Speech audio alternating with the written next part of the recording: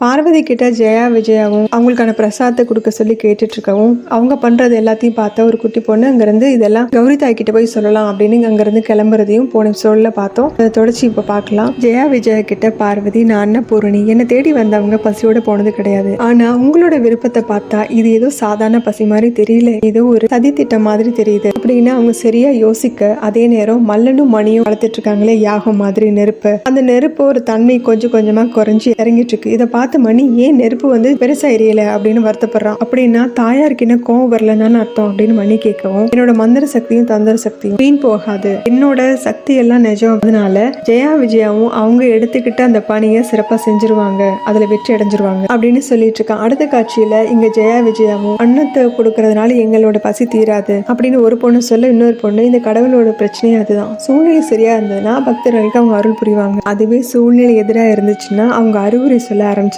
அப்படின்னு கிண்டலா பேசிட்டு இருக்க பார்வதி அவங்க ரெண்டு பேரும் ரொம்ப பொறுமையா பார்த்துட்டு இருக்காங்க. தேவர்களை பத்தி நீங்க மட்டும் தப்பா நினைக்கல, அவங்க எல்லாமே சுயநலமானவங்க தான் எல்லாரும் நினைக்கிறாங்க. என்னை நம்பி கைலாயத்துக்கு வந்த பெண்களோட எண்ணத்தை எப்படி என்னால மாத்த முடிஞ்சதோ அதே மாதிரி உங்க எண்ணத்தை என்னால மாத்த முடியும் நான் நம்புறேன் அப்படின்னு ரொம்ப பொறுமையா அவங்களுக்கு எடுத்து சொல்லிட்டு இருக்காங்க. அதே நேரத்துல ஒரு சின்ன பொண்ணு அங்க இருந்து போனா இல்லையா கௌரி தாய்கிட்ட இதை பத்தி சொல்லணும் அப்படின்ட்டு அந்த பொண்ணு அங்க போய் அவங்ககிட்ட சொல்லிடுறா. அடுத்த காட்சியில திரும்ப பார்வதி காமிக்கிறாங்க. அந்த ரெண்டு பொண்ணுங்களும் உயிரோடு இருக்க வரைக்கும் உங்களுக்கு வந்து அருள் புரிய போறது கிடையாது, ஆனா உயிரை விட்டதுக்கு அப்புறமேலே எங்களுக்கு நீங்க கண்டிப்பா அருள் புரிவீங்க அப்படின்னு சொல்ல பார்வதிக்கு கோபம் வர ஆரம்பிக்குது. இப்போதான் அதே நேரம் அங்க மல்லன் மணி உருவாக்கி வச்சிருக்கிற நெருப்பும் பெருசா எரிய ஆரம்பிக்குது. நீங்க சொன்ன மாதிரி இங்க நடந்துட்டு இருக்கு, தாயாருக்கு கோவம் வந்துருச்சு அப்படின்னு மணி ரொம்ப சந்தோஷப்படுறான். நாம கேட்ட பிரசாதத்தை கொடுக்காதனால நாம உயிரை விட்டு போறோம், அதுக்கப்புறமாவது தேவி மனசை வச்சு நமக்கு மோட்சத்தை கொடுக்கட்டும் அப்படின்னு அவங்கள பழையபடி சீனி பார்த்துட்டு இருக்காங்க. இதுவும் பார்வதியோட கோவத்தை அதிகமாக்கிக்கிட்டே போகுது. சொல்லுங்க அப்படின்னு சொல்லிட்டு உலகத்தை காப்பாற்றக்கூடிய பார்வதி தேவி போற்றி அப்படின்னு சொல்லிட்டு அவங்களை கிண்டல் பண்ற மாதிரி உலகத்தை காக்கக்கூடிய காளியை போற்றி, மகாதேவரோட மனைவி மகாகாளி போற்றி,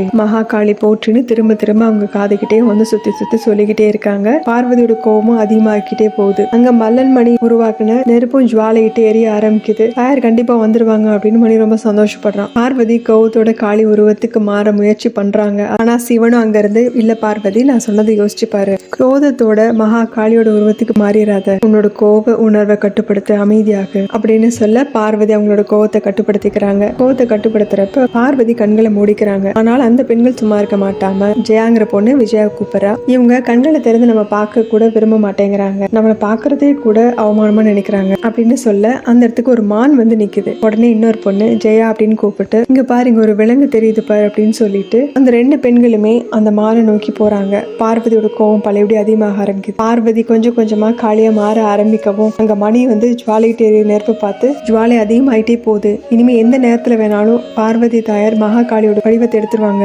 மல்லனும் நெருப்புக்குள்ள ஏதோ போட்டுட்டு இருக்கான். அடுத்த காட்சியில திரும்ப பார்வதி காமிக்கிறாங்க. அந்த ரெண்டு பெண்களும் மான நோக்கி இப்ப போயிட்டு இருக்க அங்க மணியும் கோவத்தை கட்டுப்படுத்தாதீங்கம்மா, கோவத்தை வெளிப்படுத்த மகாகாளியோட உருவத்துக்கு மாறுங்கன்னு கத்திட்டு இருக்காங்க. இந்த நாராயணரோ பதட்டமாகி பார்வதியோட கோவத்தை கட்டுப்படுத்துங்க, இல்லைன்னா மலியும் மல்லனும் மகாகாளி சிறைப்பிடிச்சிட்டாங்க அப்படின்னா பிரபஞ்சம் எதுவுமே அழிஞ்சிரும் அப்படிங்க சிவனும் அமைதியாக பார்வதின்னு திரும்ப திரும்ப சொல்லிட்டே இருக்காரு. பார்வதி ரொம்ப சிரமப்பட்டு இருக்கிறத பார்த்துட்டு அவரே அங்க நேரடியா வந்துடுறாரு. வந்துட்டு இயற்கையோட ரூபம் நீயே தான், இடையூறுகள்னால இயற்கை சீற்றம் அடைஞ்சிருச்சுன்னா இயற்கை வேறொரு வழியை கண்டுபிடிக்கும், ஓடக்கூடிய நீருக்கு தடை ஏற்பட்டுச்சுன்னா எப்படியும் நதி நீர் வேறொரு வழியில போக ஆரம்பிக்கும். நீ உலகத்தை ஆளக்கூடியவ, புதிய வழியை கண்டுபிடிக்கிறது உன்னோட கடமை. ஜெயா விஜயோட பசியும் நீக்கணும், அதே நேரம் நீ காளியோட உருவத்துக்கும் போகக்கூடாது, உன்னோட பக்தர்களுக்கு நல்வழி காட்ட வேண்டியது உன்னோட கடமை. நான் நம்பிக்கையோட இருக்கேன், நீ நிச்சயமா ஏதாவது ஒரு வழி கண்டுபிடிச்சிருவ அப்படின்னு சொல்ல பார்வதி கண்களை மூடி அவங்களுடைய கோவத்தை கட்டுப்படுத்த ஆரம்பிக்கிறாங்க. நேரம் நெருப்பும் குறைய ஆரம்பிக்குது. இதை பார்த்து அதிர்ச்சியான மணி என்ன ஆச்சு, ஏன் நெருப்பு குறைஞ்சிட்டே வருது அப்படின்னு கேட்கிறான். அங்க என்ன நடக்குதுங்கிறத ஓரளவுக்கு தெரிஞ்சுக்கிட்ட மல்லனும் மகாதேவர் தான், மகாதேவரால மட்டும்தான் அக்னியை குறைக்க முடியும் அப்படின்னு சொல்ல மணி அழுதுகிட்டே வேற ஏதாவது செய்யுங்க, மகாதேவி இங்க கூட்டிட்டு வாங்க அப்படிங்கிறான். அங்க பார்வதியோ கண்களை திறந்து பாக்குறாங்க.